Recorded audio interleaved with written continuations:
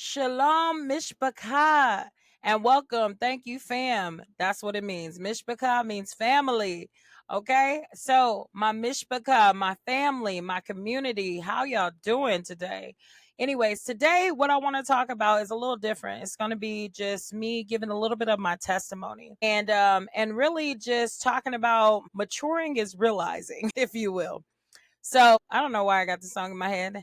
I'm gonna lay down my burdens down by the riverside, down by the riverside, down by the riverside. I'm gonna lay down my burdens down by the riverside.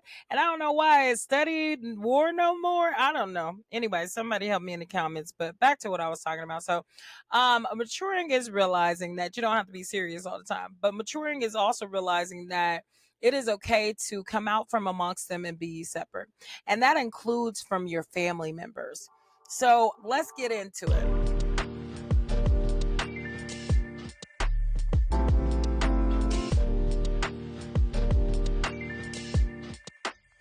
My family, Yahuwah bless them, Baruch them, help them, please. But I grew up in the church. I grew up with a very close knit family where we were doing everything together all the time. We were having birthday parties. We were having sorry, this thing is doing weird stuff. But we were having birthday parties. We were always together. It was always something growing up. And even into my early or my late teens, we were still coming together and doing things together. And I remember when this all kind of came to an end was when my mom died. My mom died when I was 22 years old, so this would have been circa 2007. When my mom died, now mind you, right before she died, we didn't necessarily know that she was dying. We knew that she was sick my entire life. From the time I was 6, that's a whole other story. If you want to know more about that, go ahead and comment down below, and I'll go ahead and give you a rundown of that. My mom was an evangelist, so anyways, all that. If you want to know all that background, like I said, I have so many testimonies that I could talk about. So please let me know in the comments if you want to know more about my life, if you want to hear more about the different things. Feel free. Like I said, this is a family. This is a community. This is where we get to come and be open and honest and also study the word and dive in and go deeper. This is a place where we can seek Yahuwah with all our heart and grow and learn in Him and not be stagnant. Okay, this is a growth channel. If you want a growth season, this is what it's about. I'm all about growing and growth, and this is a growth journey. I have not arrived. I am still arriving. Okay, so we are all growing here. But anyways, back to my family. So we're very close knit. And my mom was sick, but it wasn't like, oh, she was gonna die. It was just everybody was joined together. Everybody would always come together, come and visit, and we were just having a good time. And what winds up happening is my mom dies, and she died November 30th of 2000. And again, that's a whole other story. But after she died, of course, everybody came together, everybody joined together, and everybody is with you. Right. And unfortunately, what happens, especially if you're not delivered, you can wind up having trauma bonds. I don't know if you ever known about this, but trauma bonds is a real thing. Trauma bonds happen, and excuse if you see a nail that's missing, ignore it, please. Mind your business. But anyways, trauma bonds can happen when you experience a traumatic event and you wind up like latching on to people. When you experience a trauma and somebody else experiences a trauma, together you guys kind of cling to one another. My entire life, Yahuwah kept telling me to come out from amongst them and be separate. And so he continued to tell me to come out and be separate, come out and be separate. And he meant not just from people around me, but he meant that from my family as well. And although I love my family and I appreciate my family for the time, we did have unhealthy connections. A level of loyalty that was ridiculous. It meant like even if somebody did something harmful to someone else, even within the family, let's just sweep it under rug and keep acting like it never happened. Let's just continue to act like everything's normal. And so when we're talking about generational curses or we're talking about Freemasonry, which we can go there too, because believe me, it's all in my family. I've been delivered from it. Praise Yahuwah.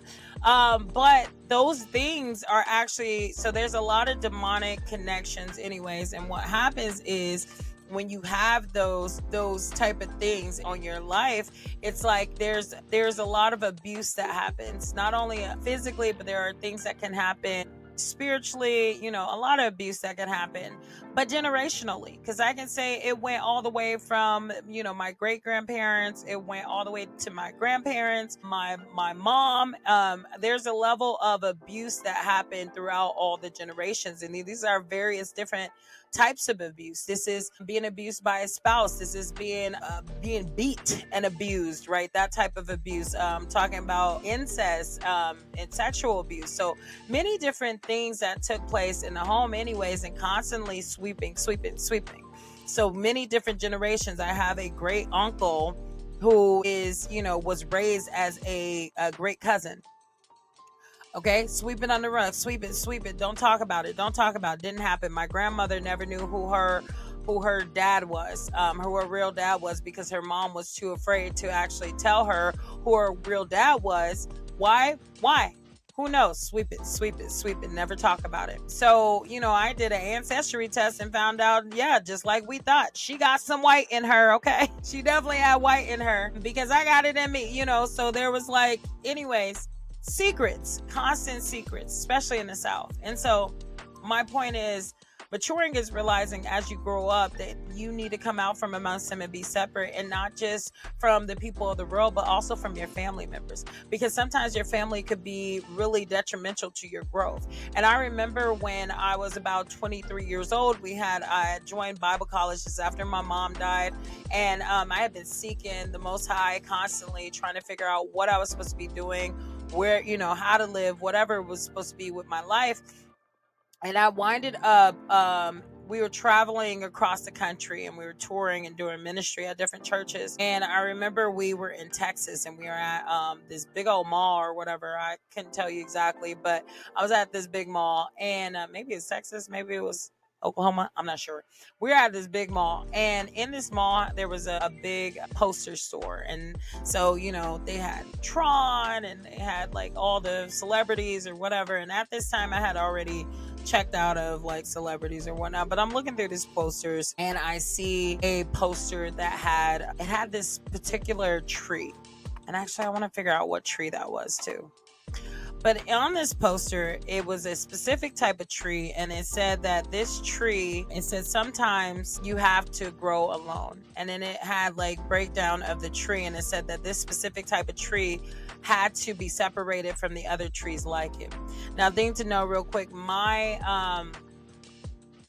family, there are 5 of us. So, and the siblings. So,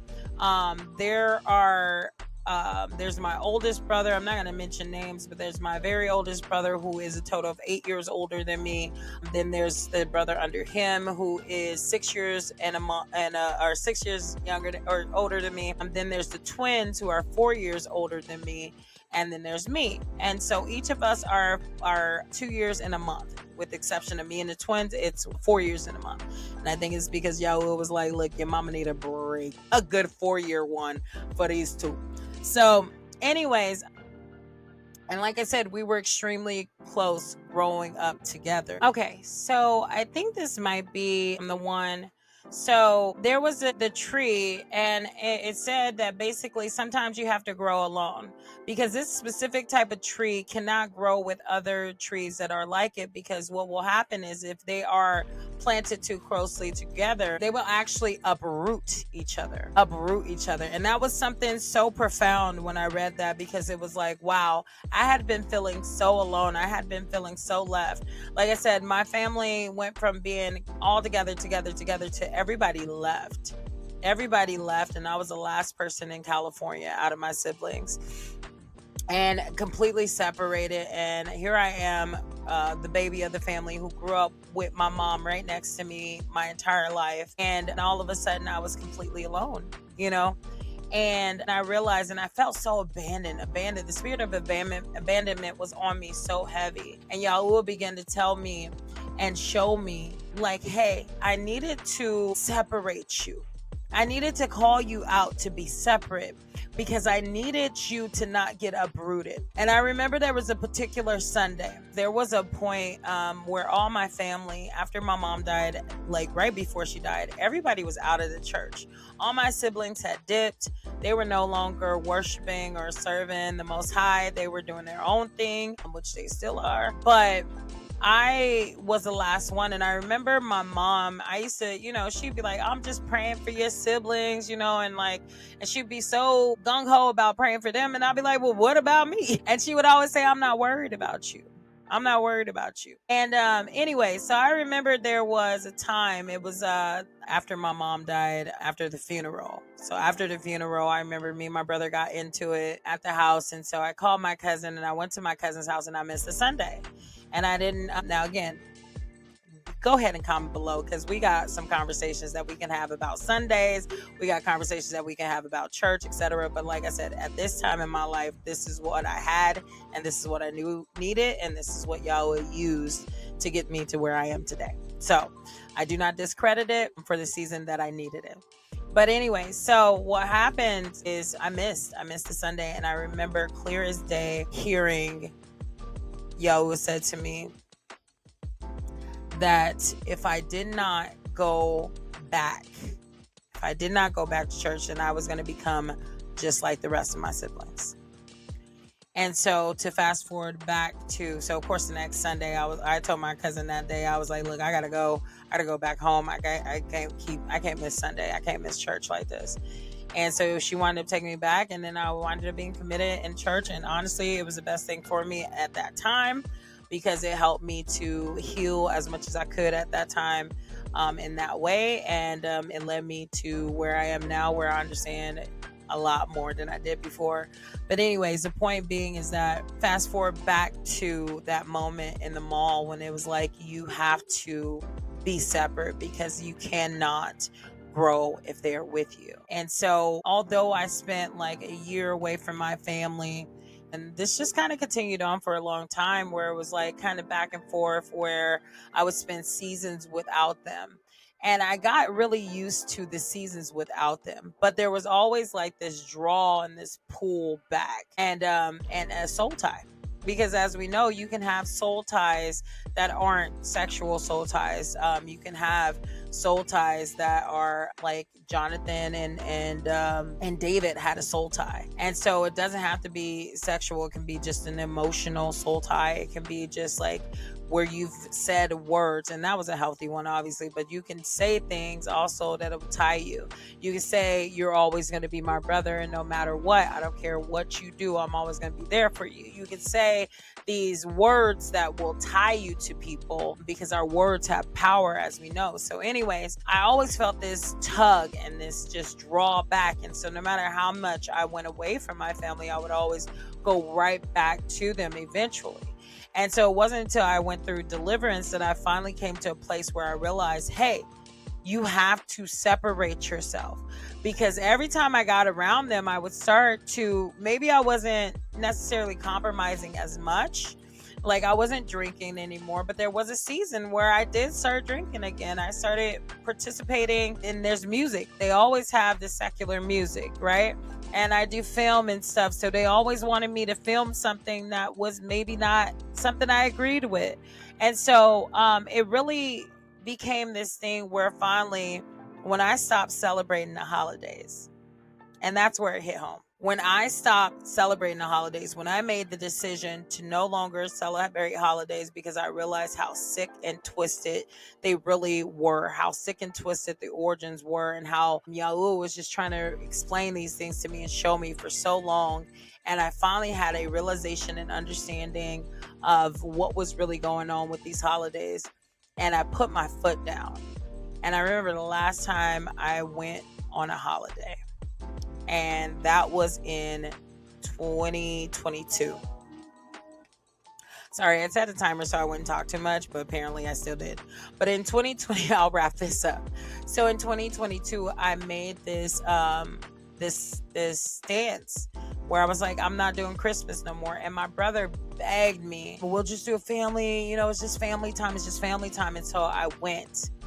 And when I went with my family, and this is pre-deliverance, when I went to go, it just felt so weird. It felt so strange. And honestly, even just being in California, like spiritually speaking, it just did not feel right anymore. Yes, I'm a Cali girl, by the way. But it did not feel right anymore. I had been in Arizona for some years at that point, and it just didn't feel like home anymore. It didn't feel right. I felt wrong being there. And even just the celebration of Christmas, and they were doing gifts and stuff, and I was like, I don't want no gifts, and they still try to give me gifts, and they were eating different types of food, and I hadn't quite given up pork at the time, but I just didn't feel, I don't want to eat a dang Christmas tree. I don't want to sing the Christmas songs. I don't want to be a part of this celebration that is no longer who I am. And so what happened was, I was supposed to stay a week, and I wound up staying like literally like 3 days. And then I was like, I gotta go home. And I drove all the way back home because I was like, I gotta get the heck up out of here. And so I didn't go back. And after that, I told my brother, I said, hey, don't invite me to any more of this stuff because I'm not coming. I can't do that anymore. I can't be a part of these celebrations anymore. That's not who I am anymore. I can't be in those circles. And so holidays come and pass, and I don't get the text anymore. I don't get the happy or merry or any of those texts anymore. And it's great. It's great. I used to get hundreds of them, and I don't mean it like that, but you get it on Facebook, you get a text, you get all these different places, and people you ain't never even talked to in years will randomly just send you a message about a holiday that you couldn't care less about.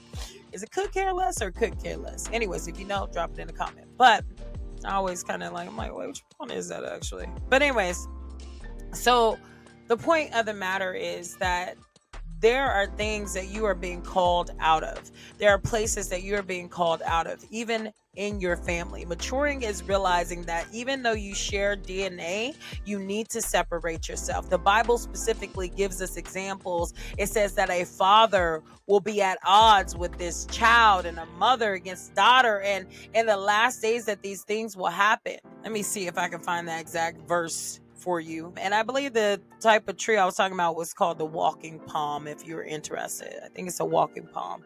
But anyways, it says mother against daughter. Let me get this. All right. I believe that it is. And go ahead, and I don't have my Sefer again, so my apologies, but I will translate it from the King James, and I know the history of King James. I'll translate it from the Amplified. All right, so it says Luke 12:53. So it's Luke 12:53. Let me go ahead and pull this up for you. All right, and so it says that they will be divided: father against son, son against father, mother against daughter, and daughter against mother, and mother-in-law against daughter, and against daughter-in-law, and daughter-in-law against mother-in-law. And this is also mentioned in Micah. So I'm actually very interested to go to Micah. Where was that at? Hold on. Go back. Wait a minute. Go back. All right. And so the point of the matter is that you're going to have hold on, y'all. I might need to go to Micah real quick because I want to see what Micah had to say about this. Let me see. That was the Amplified. And again, know that I normally read my Sefer. I need to get the Hallelujah scriptures, honestly. Micah 7:6 is what I want to go to. So Micah. Look, ain't this like a Yahuwah? Sometimes you have a different plan. And so it says in Micah 7:6, it says, for the son dishonors the father and treats him contemptuously, and the daughter rises up in hostility against her mother, and the daughter-in-law against her mother-in-law. And a man's enemies are the man's members of his own household. Come on, somebody. It also says right here, do not trust in the neighbor because, what is this, 5? Do not trust in the neighbor because of the moral corruption in the land. Do not have confidence in a friend. Guard the doors of your mouth from her who lies in your bosom. Okay. They almost got me. All right. Actually, if you comment below if you know how to say this in Hebrew, that's appropriate way. So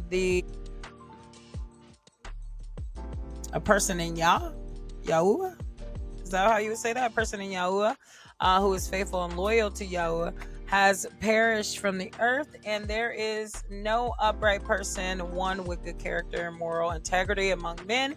They lie and wait to shed blood. Each hunts the other with nets. So now we're kind of going into something else, but very interesting that Micah also refers to this. And if we go back to okay, if we go back to Luke, and I always like to go the full thing. Let's read Luke in the fullness, what it says before that, and then I'll kind of wrap up, guys, because I don't want to go too long on this. But this is supposed to be Luke 7-6 or something like that. So, that doesn't make sense. What did I just say? It's Luke 12:53. Okay. So let's go 12:54. And honestly, it looks like this is a very interesting 52. Sorry. Let's start here. So Mashiach divides men, and I have come to cast judgment on the earth, and how I wish that it were already kindled. I have a baptism of great suffering, with which to be baptized. How greatly I am distressed until it is accomplished. Do you suppose that I came to grant peace on earth, right? No, I tell you, but rather, I didn't come to bring you peace. I did not come to bring it on earth. It says it right there. Why are people so constantly trying to have peace on earth when he literally said, especially Christians, okay? No, I'm not a Christian, okay? I don't subscribe to that. I'm a believer. I'm a Bible believer, a full Bible believer in its wholeness, okay? I'm Hebrew. It's a whole other topic. If you have a problem with it, comment below. We'll talk. But anyway, but why so often, peace on earth? There will be no peace. And he said, no, I tell you, but rather between believers and unbelievers, right? Here we go. Let's go back. I have come to cast fire judgment on the earth. I came to judge. And how I wish that it were already kindled. I wish it was happening. And I have a baptism of great suffering, with which to be baptized, and how greatly I am distressed until it is accomplished. Do you suppose that I came to grant peace on earth? No, I tell you, but rather division, separation between believers and unbelievers. This also says it in Matthew 10:34 and 36, if you want to go there and do a deeper study. But rather division between believers and unbelievers. I came to separate the two. For from now on, 5 in one household will be divided. Isn't that something? My family, how many siblings did I say I have? 5. I love my siblings. I'm praying for them. I'm believing for their salvation. Don't get me wrong. Okay. And I believe that my family will be saved, will be delivered, will be able to enter into the kingdom. I do believe that. And I do pray for that. And I've had dreams and visions about it. But you know what? In the meantime, guess what? Separate. Again, what does he say? No, I tell you, but rather division between believers and unbelievers. For from now on, and this is Yahusha speaking, Yahushua HaMashiach, you may know him as Jesus, but his name is Yahusha. Thank you. So from now on, 5 in one household will be divided over me. 3 against 2 and 2 against 3. Something that often happens, which is very interesting. Me and my sister will be on the same page. Me and my sister and my 3 brothers will be on another note. And they join together all the time, and they will stand firm on even a lie, okay? Even a lie, because they got to be loyal. But me and my sister will often join together, and then sometimes it's 4 against 1, and that happens. But 9 times out of 10, very interestingly, how this says, I mean, this is just, come on, y'all, are you trying to tell me something? What's up? But this is crazy. Not crazy like not the word is crazy. Not the word is crazy. I come out of agreement with that. I repent. But that this is so like, wow, this is good, y'all. I'm telling you, you read the scripture and you really start to decipher and really dissect. It is good. So sorry if this is going longer than I thought, but hey, I gotta get on this and do. Don't you know I am to be about my Father's business? Anyway, so they will be divided.